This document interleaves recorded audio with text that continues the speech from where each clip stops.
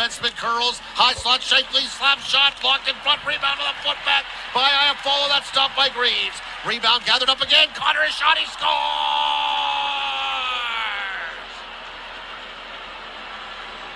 Kyle Connor will get his team-leading 36th of the year, his second of the night. What a shift by that top line for the Winnipeg Jets, they would not be denied. Just a wild finish in Columbus. Oh, little enthusiasm from Paul Edmonds. Yeah, he does. Sarah Lesky, not with us today, obviously. Kevin Sawyer. You got to settle for this. So, I mean, if this was a TSN broadcast, would you have the time to do this? It depends. It cuts into my nap time. Yeah. Naps are a big thing for me. Is this about the time you start napping? No, you know what? This would be the time where I would be on the other side of the rink talking to coaches and players. That would be close. It would be tight. But, I mean, nobody wants to see that anyways. Let's be honest. Sarah needs a shave. Sarah, do you look like Kevin Sawyer? Did anyone tell you that? Wow. The viewers are on fire. Straight to the comments. The check-in. Welcome, everybody. Jamie Thomas alongside Kevin Sawyer. Sarah's on her way back from wherever it was she was. We're not going to release information like that, but she'll be back on Thursday when the Jets are in St. Louis to take on the Blues. In the meantime, it is the Kraken and the Winnipeg Jets. And I guess you just keep looking at the standings over and over and over again, looking for help. And let's throw those standings up right now, Caden. The Winnipeg Jets still find themselves 3 points out of a playoff spot. But here's the thing. St. Louis wins last night in Denver against the Avalanche. So everybody that's supposed to be doing you a favor is not doing you a favor. And you look at the Nashville Predators and the Los Angeles Kings, I believe they're playing against each other tonight. Right.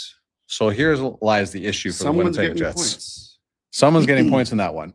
So I looked at Money Puck today. Money Puck gives the odds for the Jets making the playoffs. I think it was just under 7%. And I think, as you and I were just talking about before we came on air, is just the fact that everybody they're battling with for these playoff spots are playing against each other. Yeah. So it doesn't so much matter what you're doing; it's what everybody else is doing in this situation. That's the reality when you leave it to the to this state of the playoff run, like where you have to have help, but you have to win games as well. It's funny because when the Jets were winning games, everybody else was winning games. Yeah. Right. Where it was hard to. I mean, what was it? This is a crazy stat too, where the Jets came out of Christmas 7-3-2, I think it was, and in the standings they gained 2 points with that run that they went on. So, I mean, the reality is if you leave it up to needing help from other teams, then you are at the mercy of the league and the hockey gods to some degree. Okay, let's go. I want to, before we get into the road trip, which was successful, they went 3-1 on it. But let's talk about there was some downtime in Chicago because the Jets were there for so long. And I saw that you and your better half got to go check out much better half. We got to go check out the Cubs game, which along with many members of the Winnipeg Jets. Unreal. How was Wrigley Field? Well, first of all, the proper question is how was the 12-hour drive to get to Chicago? Yes. We drove there. I didn't know that. Okay. We drove there. It was so much fun. We're road trippers. So the game was outstanding. I mean, the park's 115, 17 years old or something like that. So just being there was crazy. So we had to get the matching hats. And we were sitting right behind the team. We didn't know it at the time until Helly and KC stood up. In front of, come over a little bit. In front of 40, I know you don't want to be near me, but you'd like to be close to me. I know you do, buddy. But when Helly and Casey stood up and they honored them for the gold medal and whatnot, I mean, it was almost that was where my next question was. Like, how loud did it get in there? 40,000 people, and like these guys are fist pumping, and Helly's getting the USA chance. When it was special. It was loud. It was I mean, it was really cool to see. Kind of to see how this little Winnipeg market, and these superstars in Winnipeg are global, and I mean he got the love, that's for sure. Yeah. So let's go into the road trip itself. Outside, would you say Dallas was a hiccup, or would you say, like, I don't even know how to describe the Dallas game because we talked to Paul in the last show, and he said that it was a lot better than it looked, in terms of the Jets. Yeah, I felt like it was a one-off. Where Dallas looked like the way Winnipeg had looked in the last handful of games prior to that, where the Jets weren't right. It wasn't, to me, better than it looked. I felt like they probably got what they deserved in that one.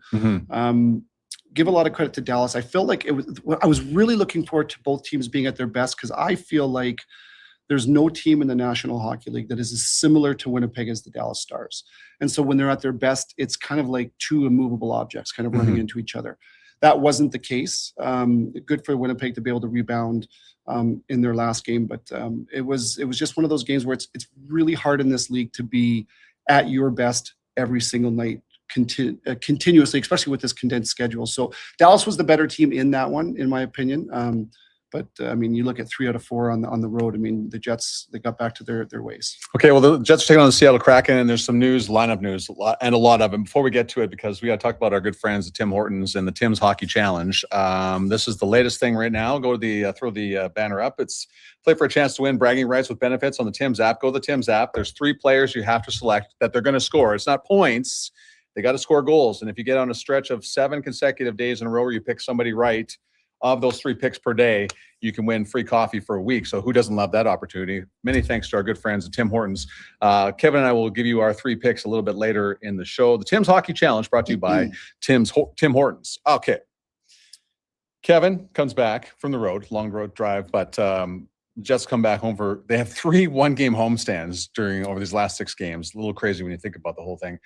But the news is today they get the Vladislav Nemesnikov and Nino Niederreiter back, which is just crazy when you think about it, because the bad news out of that is Morgan Barron gets hurt again. Yeah, that's tough. In Columbus. Lower body injury. He's week to week. So the Jets had just got him back from a 2-game absence in Columbus. And I've said this many times, I love that line with Brad Lambert, Isaac Rosén, and of course Morgan Barron, but we don't think about that. So let's throw up let's look at the projected lines for today. This is what we saw in warm up. So the top 6 remains the same. But my question to you, Kevin, is now, so Koepke, Taves, Rosén, Niederreiter, Nemesnikov, and Lambert. And the cool part of this, guys, is Niederreiter and Nemesnikov, it sucked that they were out, but the best part is they got to, they're best friends. Yep.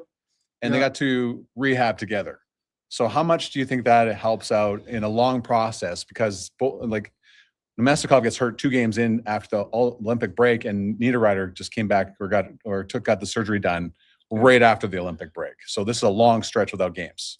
First of all, nobody understands how difficult rehabbing is. I mean, physically, and the commitment to going and doing these things where you get no reward from it other than just day after day doing what you have to do physically. But the mental grind behind it. I mean, you're at the rink before the team gets there. You leave before they arrive. You never see your boys. It is such a mental grind. It's not even funny. Nobody talks about that. It's behind the scenes. So for those 2 guys to be able to kind of go through it together, it keeps them a little bit more energized. Here's what I think and what I see with these 2 guys coming back together and playing on the 4th line together. There's been no moment in this year where the Jets have played what I think they need to play style-wise than now. Right. And this is a big part of what Nemesnikov and Nino kind of brought to the team when they were at their best. Having said that, this year hasn't been their best seasons. Individually, there's been a lot of guys. But for them to rejoin the team, it's difficult, timing-wise, conditioning-wise. But the fact that they're going to play on the 4th line, I think, sets them up for success. I think it sets the second power play too as well. Yeah. And that second power play unit has been really good. They keep it simple, which is huge. But for those 2 guys to come back with the team playing the way they're playing is conducive to the way that Vladdy and Nino play when they're at their best. So I think it's going to help them kind of transition into a really difficult time of year to kind of jump back in after missing time. All right, here's Scott Arniel with the information or news about Morgan Barron, and of course, Niederreiter and Nemesnikov about returning and the recovery. Morgan Barron's out week to week now, so he got banged up in the Columbus game, so it kind of opens up opportunity for those guys. They've been, like you said, kind of getting up to speed, conditioning, the off-ice stuff, the touches on the ice. So, 2 veteran guys that, obviously have a big history here. That important game tonight, and, with Bear going down, those 2 guys coming in. Yeah, there's been good days, there's been bad days, but, we had a good support system going through this whole process. The medical staff, Kyle and Wolfie in the gym, and, all our teammates supported us through it, so definitely made it easier. I mean, tough to share the exact, but it's been going on the whole year. I started off in the summer already, so just kind of had problems with my knee the whole time, but there's stretches where it felt pretty good, and then there was stretches that weren't as good, and eventually just needed to get it done. Before I kind of get into the challenge of coming back after missing so many games, especially when the games are so, everybody's at a high rate right now. Nino Niederreiter talked about his knee issue. So it was something that went stretched back at the beginning part of the year. So I can understand Nino's point of view here. is he had his 1,000th game. And of course, the opportunity to play for Switzerland again at the Olympics. So this is probably why he fought through the issue as long as he did. He did mention that if he looked back at it now, he probably would have got it done earlier in the year. Yeah, I mean, hindsight's always 2020. I talk to Nino all the time, and you wonder. And I'll say this with Adam Lowry and Cole Perfetti, while they're kind of struggling a little bit, and we all know when they're at their best what they look like, and we all know that they're struggling. Yeah, you don't want to highlight that every day, every day, but I felt that Nino wasn't at his best, and I asked him. He goes, "Yeah, but that's just part of the NHL that nobody understands." So yeah, everybody's talking about him. Oh, he's lost a step, and he's not fast enough. Right. Well, you're dealing with this, and I mean, at the same time, your team's struggling right out of the gates, and so you're like, "Can I? Can't I?" I mean, the mentality of a professional athlete is to push through the pain and to work. So I'm assuming that he probably had some help getting to that decision as well. Yeah. I'd like to believe, and I know how good of a guy he is, where I think the decision that he made was based around the Winnipeg Jets first, Nino second, and then World Champs probably comes third when it comes to the priority of all those things. Not a whole lot of time, though, to get up to speed. I mean, conditioning is going to play a factor here, especially for a guy that's older in age. Now, how important are two players like this? Not the Jets are a veteran lineup anyways, but now you have the grind of these last 6 games, the importance of it. How important of an addition are these two players to what the Jets need to do over the last 6? Okay, so when you consider Morgan Barron out week to week, that's a huge blow in my opinion, Yes. and everybody inside that locker room knows it. He's a popular guy in the room. But I mean, what he's been able to do on the ice, I mean, this guy has been a game changer in my opinion. You go back to Dallas, the Jets had 4 shots in the first period. 3 of them came from the fourth line with Morgan Barron driving the play. So having him leave the lineup hurts, and there's a sag emotionally. But to replace him, you've got 2 guys that are super popular, that have been part of the success here before in Vladdy and Nino. So that's kind of like a bit of a cutoff where, like the spirit of all of this, that matters. I mean, when you're sitting in the locker room going into these games knowing this could be the difference between playoffs and not, it's about the spirit and the energy and the belief. So those guys are going to bring a lot of belief. And I mean, they're popular as well, right? Like these guys are part of the core, in my opinion. So tough news on one hand, but if you don't get 2 veteran guys back on the same day that you lose Morgan Barron, I think it's a big hurdle to overcome emotionally. So the timing is right in more ways than one. By the way, Everett, hold on a second. My technology is there's gremlins here all the time. There it is. Look at that. Everett Fitzhugh from the Seattle Kraken will be joining us here momentarily to talk about what's going on with them, because Seattle is one of those teams the Jets are fighting with right now. We'll get to what they're doing right now, but so going into a little bit more of what Nino said, and Scott O'Neill was asked about the whole process, but does the team have a say in if a player is banged up, if they're going to go for surgery? And Arnie said that it's up to the player. Yeah. The team would never say you have to go have surgery right now. Yeah. True. Absolutely. I mean, I had surgery. I was in Anaheim, and my back, I had to get a back surgery, and like to push through it, I could have. Yeah. But I mean, at the end of the day, it's a go or no go kind of from a player to a coach. Now, if you say I'm a go and you go out there and you're hurting so much that you're no good, they're going to get you out of there anyway. So, I mean, there's a collaboration here for sure. But it's basically agent also comes into this as well. Yeah. For plugs you. like me, not so much. They're like, just do whatever you feel like and let us know. Yeah. But you know what? You got the trainers who play a huge role in this. Of course, you're going to get all the information you need from the doctors. Ultimately, nobody knows your body better than you. So it's the player that has to make the call, which is a good thing, but it can be a bad thing, because sometimes this thing overrides this thing of the body and your mind saying, I can do this when you shouldn't be doing it. So you just mentioned a little earlier, like would the Jets struggles as well push Nino to go, okay, I can't leave right now. I got to be here to help. I believe that. Yeah. I believe that. I mean, there's so much that goes into this, and I don't want to speak for Nino, but I do believe that when the team isn't doing well and you're a veteran guy like Nino who plays a big role in this team, it's that much harder to say I'm gonna bail on these guys right now. It doesn't feel right. And the other side of that too is where guys won't talk about this, where it doesn't feel good either sitting out watching your team win without you either. Yes. Then you don't want to miss out on that as well. But I do think that all those things play a role. It's tough. It's a tough thing to decide on your own. A good question here. Please explain Nino's angle of his visor. Have you ever talked to Nino about the reason why he goes with may as well not even be wearing a visor? He's not grandfathered. Right. So he's not grandfathered to be able to take the visor off. It's a league mandate that he has to wear the visor. And I've tried to wear a visor in the past. I cannot do it. It just affects everything, and he hates it. So tipping it up There used to be a rule a few years ago where that was actually a 2-minute minor for delay of game if players were to flip their visor up. They've gotten rid of that, and the league is saying, okay, if you're willing to put it on your helmet and tip it up, we'll meet you halfway. So the reason he tips it up is so he doesn't have to look through it. And so explain to some people, like, you don't wear this for the longest time, and now you have it on. Even with a visor, is it that distracting in the whole scheme of thing, or is that just that's a feel thing for players? Is it not? You know, I'm of the age now where I'm trying to decide if I should get glasses permanently. Right. Yeah. Yeah. And I don't know if you've ever tried, folks, but if anybody is out there that's tried to put on glasses and walk around with them, that's all you need to know is it is an adjustment period. It feels terrible. Like where's the step and where is this? Having something on your face and between your eyes and what you're actually looking at is just, it's an adjustment for everybody. Some deal with it quicker than others. A lot of these guys grew up their entire lives with that on their helmet and they never took it off when they turned pro. So there is no transition, but Nino played for some time, I think, without a visor, didn't like it. Yeah. And it's just like, and one of our viewers saying it would distract you for sure. I know the Jets season is far from over, but questions are coming in now. Like, I want to hear about Eric Comrie's last game as a Jet on the 14th, because that's a back-to-back situation. They play Vegas the night before, or will we see him in net again next season? Yeah, there's no world in my mind when I think about Eric Comrie not being a Winnipeg Jet. Yes. So when I look at that, it's a good question because I've wondered the same thing as well. Where, I mean, he's had a heck of a run here. Like those 6 games, and he said this to me. You know, he says, is this the best hockey you've played in your life? Yeah. And I said, it's the best hockey I've seen you play. He goes, well, you haven't seen me play in Buffalo. He laughed. Yeah. This is the best hockey he's played. So as a free agent, unrestricted, can he go somewhere else? Yeah, I think he could.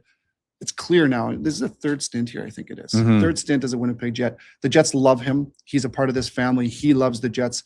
I don't know this, but I can't imagine Eric Comrie being on wearing another jersey other than the Winnipeg Jets jersey next year. And how much is the backup goaltender's role like a fit, because Combs is so tight with Flats? Yep. And of course, most importantly, really tight with Helly. How much does that play a role in the whole scheme of things? It's important. I feel like we're Eric Comrie's agents right now. But yeah, no kidding. It's important. I mean, when we've had other backups here, I mean, they've been good guys too. So it's not like somebody else couldn't come in. Most guys are pretty darn good guys, and most backup goalies understand the role they play. But with Eric, there's just another level. For whatever reason, there's just something that works here, and there's a passion and a love for the city of Winnipeg from Eric. So that's huge. But there's another side of this too, where like he's been around long enough where systems for goaltenders are equally as important as they are for players, where knowing where the puck is going, knowing what the guys in front of you are trying to do. So there's that. And then having a relationship with the guys extra on the ice. I know you're reading something here. I got it. Okay. What do you got? Okay. So are you done explaining yourself? Yeah, done. Okay, cool. Okay. Anyway. Trace H5513. Combs needs to remain a Jet because he's taking Jamie's job when he retires from hockey. He said he was taking my job. He was asked a couple years ago, what would you like to do post-career? He goes, I want Kevin Sawyer's job. I'm like, great. Because that makes the most sense, because then you're still not completely removed from being with the boys every day, right? Eric Johnson with the Colorado Avalanche is doing a heck of a job already in his first year as a broadcaster. So Conor McGahey gives, of course, the radio voice of the Colorado Avalanche, says he got Eric Johnson his job. Well, of course. He did. Yeah. But EJ is doing an incredible job. He really is. So that's exciting. But you know, the truth is, sort of cut you off, but there's a lot of guys that make enough money in this league too that they don't want it, because it's like, I mean, it's a lot of work. Yeah. I mean, you know, you're preparing and you're traveling and you're doing everything again, pretty much. It's a lot of work. Yeah. Like, so, I mean, good for him. But yeah, I think that's why you don't see a whole lot of the kind of superstars. You just see plugs like me. All due respect to all the other guys that do my job. We'll get Everett Fitzhugh here momentarily. Just one more thing. A good point with back to Eric Comrie here is, the Jets have 2 goaltending prospects that are quickly working their way up here. And then we got Thomas Milic and Dominic DiVincentis. Their development plays a role in all this too. Absolutely. So that's the thought process for what the Jets want to do. But in my opinion, I think they probably need another year in the American Hockey League. Yeah, well, Dom hasn't got his first chance yet. And so you're right about that. I agree. I think Thomas Milic, and I know him all the way back from Seattle. I mean, this guy's a champion at heart. He has won every level. Won everywhere. And I mean, whether he's going to be a placeholder, a guy that you can call upon if needed for injury or whatnot, they do have 2 guys that are going to push. That's exactly what you want. Are they ready yet? I don't believe so either. which is why I think you keep a guy that's part of your family here until he gets pushed out, and that's what you want from your young guys. Some guy we are not pushing out is Everett Fitzhugh, the voice of the Seattle Kraken, joining us live from his hotel room. I'm going to play a game of true or false with you to start things off, Everett. All right. True or false? Your first year in the National Hockey League with the Seattle Kraken, first road trip, you did not go on that road trip because you got COVID. Is that correct? That is true. It was a gut-wrenching phone call that I got that I was tested positive for COVID. So our first 5 games in Kraken history, we had a road trip to Vegas, Nashville, Columbus, Philly, and Jersey. Yeah. That's a good trip too. That was a great trip. That was a great trip. I will say though that so when I got COVID, first person to call me, one of the guys in this business that I admired the most, Elliot Friedman, he talked me off a ledge. He goes, "Hey man, I know this sucks right now, but your career is going to be so full of moments, big moments, and this is going to be a blip on the radar. Get better." Elliot called me. He didn't have to do that. And every time I tell that story, I got to make sure that I shout out one of the best in our business for doing that. Everett, from some of the cities on that you missed, you would have come back feeling like you had the flu anyways, trust me. Yeah, you're not the first person to tell me that, actually. Everett, of course, the voice of the Seattle Kraken, one of the teams the Jets are fighting with to get that final wildcard spot in the Western Conference. Dude, what's going on with the Kraken these days when every game is so important? Yeah, this has been a rough stretch for Seattle after this Olympic break. And over the last few weeks, you've heard Lane Lambert and you've heard a number of players saying that, we're mystified, we're dumbfounded, we can't explain what's going on. And when you talk to guys, there's a lot of this. The mistakes that we're making are mistakes that are September mistakes. These are training camp mistakes. These are our early season. You can't be doing this in game 70. Lane had a really good comment to us a couple of games ago where he said this team needs to start doing the things better that don't require talent. It doesn't require talent to win a puck battle. It doesn't require talent to skate hard through the neutral zone. A lot of these areas where the Kraken have been getting beat or beating themselves in recent games, which is kind of a 180 from what we saw from Seattle earlier this season. The Kraken historically this year haven't scored a whole lot of goals. They've been in your bottom third of the NHL in offense, but this was the team that was always in your top third in defense. I think they peaked at 5th earlier this year, goals against. Well, now you're in the 20s in both categories. So for Seattle, there's just been this kind of unexplainable turnaround since the Olympic break. Everett, I'm curious, like you and I as broadcasters, you're around the team, you see the players, but it's peripheral. You're not in the locker room, but I think you're around enough to understand and to get a feel for like the vibe or the energy or when things are going well, you can kind of feel it, or when they're not. So my question, and I'm curious, and I kind of pay attention to this with Winnipeg as well, where when teams are in a situation to fight for their lives, it's like this next game could be the difference between playoffs or not. What are you feeling? What are you hearing? Do you feel like the pressure of the reality that the Seattle Kraken are facing day to day is a learning experience? Is it a growing experience for this team? How do you feel like they're handling the pressure? Players will say, no pressure, it's just another game. But the reality is pressure is a privilege. Well, the Kraken have gone from the Hunters to the Hunted. I mean, this was a Kraken team that coming out of the Olympic break, they were 3 points back of Vegas. We were talking about raising a division banner in year 5. And now you're the Hunter where you're chasing down that spot. And listen, I think the mood for the most part has been pretty stable. That comes from Lane Lambert, Jordan Eberle, the captain. I mean, both of those guys in particular, you're never too high, you're never too low. Everything is kind of an even keel with this team. But I do think that in game, especially I'll go back to the Chicago game a couple nights ago, and Lane Lambert was asked, what is the reason for the flat start? And he goes, I can't explain it. And there were the guys in the locker room said the same thing. We prepared. We knew what we were doing. We knew what the game plan was, but we couldn't go out and execute. And that's been a theme of post-game press conferences far too often in the last handful of weeks. I think the mood overall has been pretty light. It's been pretty upbeat. I think they're handling the pressure well.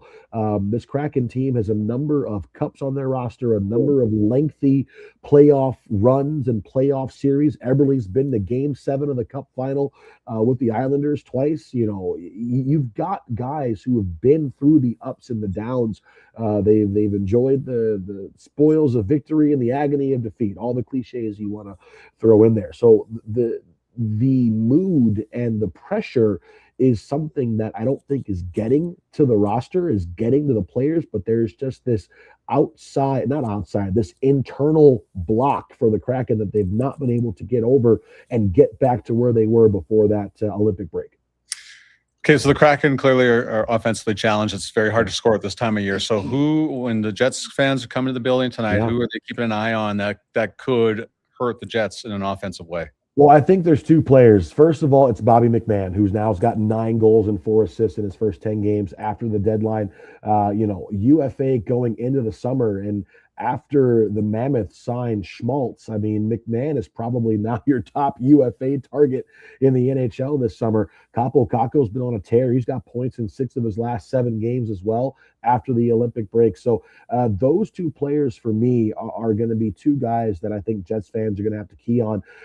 There's been a little bit of shifting in the lineup for the first time in a very long time. Adam Larson and Vince Dunn aren't paired together. They broke up that defensive pair tonight.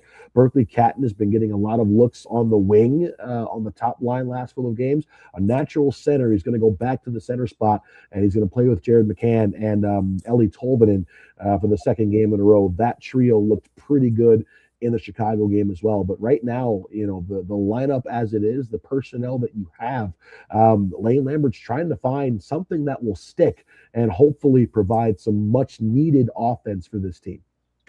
I got to ask you about Berkeley Catton. He's my old alma mater, course, Spokane Chiefs. I knew this was coming. Yeah. I was curious. I mean, it's amazing to me how the league has changed since I played to now, where it's like kind of win and develop at the same time. This kid, I mean, dominated at the junior level. You would know that better than anybody. What's his progression been like? How has he grown from September till now? He has been, I think, in terms of most improved, then obviously he's gone from 0 NHL games to 65 or whatever it is right now. But I think for Berkeley Catton, every game, every shift, he does something that leaves you thinking to yourself, yep, this is going to be a star in this league. Rarely does he make the same mistake twice. I'll give you an example.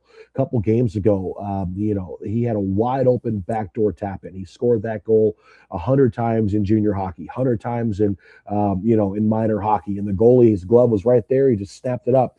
He's now going to learn to lift that puck and put that into a spot, right? Mm-hmm. And he's been doing a lot more of that. You'll see him make a mistake last week. He doesn't do it again. Rarely does he make the same mistake twice. And we're seeing that progression from him, that maturation from him. His confidence has grown. He scored a goal earlier this season where it was on the side of the net, on the left side of the net, all in one motion. He caught it, backhanded into the goal. And I asked him about it the next day. And I said, I feel like 20 games ago, you would have taken that puck behind the net. You would have looked for your option up top and reset. And he goes, absolutely. And that's one thing that the coaching staff and the vets on this team have told me. You've got the skill. You've got the confidence. Use it. Be more confident. He had his first fight a couple of games ago. Actually, so it was a response to a hit on Jordan Eberle. He ended up fighting the wrong guy, and it was hilarious. So he fights J.J. Mosier in Tampa. Jordan Eberle got injured. He fights Mosier. Mosier didn't deliver the hit, so he's in the penalty box with Brandon Montour, and he's freaking out. He goes, "Oh my gosh, did I win the fight? Did I mess up? Like, what's going on?" And Monty said, dude, it doesn't matter. You stood up for your captain. You fought for your captain. That's what we need on this team. So he's getting it every single day, every single game. He's getting it. And this is the player. We talk about Seattle. They don't have that sex appeal. They don't have that superstar. Berkeley Catton, I think, is going to be that superstar in the next 2 to 4 or 5 seasons. We're going to be talking about Berkeley Catton as a perennial 80, 90-point scorer, and he's going to be that guy who I think can lead this team to that next level of where they have to go. You tell Berkeley that he's not the only ex-Spokane Chief that had a tough time lifting the puck off the ice. Okay? I struggle with that all the time. That'll make us feel better. Kevin Sawyer couldn't score when he was same type of player. Okay. We started with a true and false question. Now we're going to ask you a question about food. Just hold on a second, please. Okay.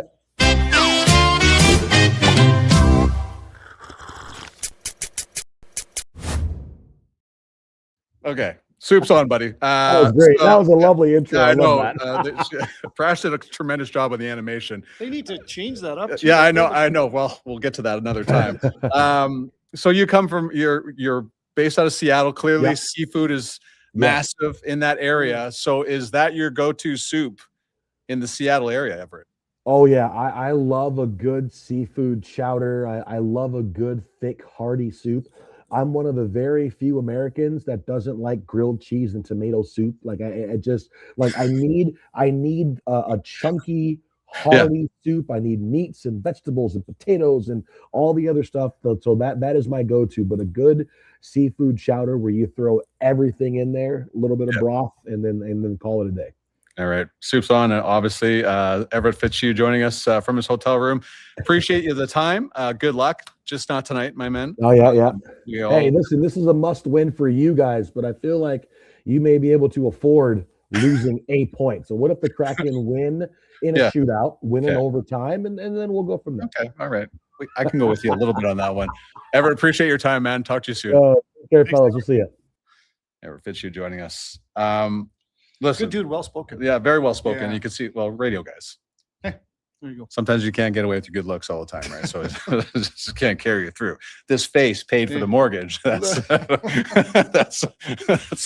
why we ask these types of questions. So it's Seattle. It is the Winnipeg Jets. Jets have 3 home games remaining. They have 3 road games, but it's a one-off here tonight against the Seattle Kraken. A lot to go on. Let's take a look at the projected lines one more time before we go into this one. And I know we kind of touched on this a little bit earlier, Kev, but the logic behind Niederreiter and Nemestikov-Lambert on the 4th line. Well, listen, I think the minutes, the way that that Scott Arnill can deploy them, I think he's going to ease them back in. Cole Koepke up on that line with Jonathan Toews, to me, makes so much sense with Roseanne speed. And I feel like Cole Koepke, along with Morgan Barron, has earned more time. And I think that Cole Koepke gives this team a chance to win, a better chance to win the more that he's on the ice, just because of that blazing speed. He's got some touch with it. So set these men up for success. We'll see that you're probably going to get 7 to 9 minutes of ice time, depending if they're feeling great and factoring in. Then Scott Arnill has the opportunity to put them up in the lineup as well if he sees the need. Okay, one more time. Let's go to the Tim's Hockey Challenge. Let's have my 3 picks. I think Sarah told me hers a little bit earlier, but I got to misplace that text. So let's throw up the graphic one more time, Cade. It is Tim's Hockey Challenge. Just go to the Tim's app, pick your 3 players. My 3 guys, Cole Perfetti, Darren Radish from the Tampa Bay Lightning, and Joel Edmondson from the Los Angeles Kings.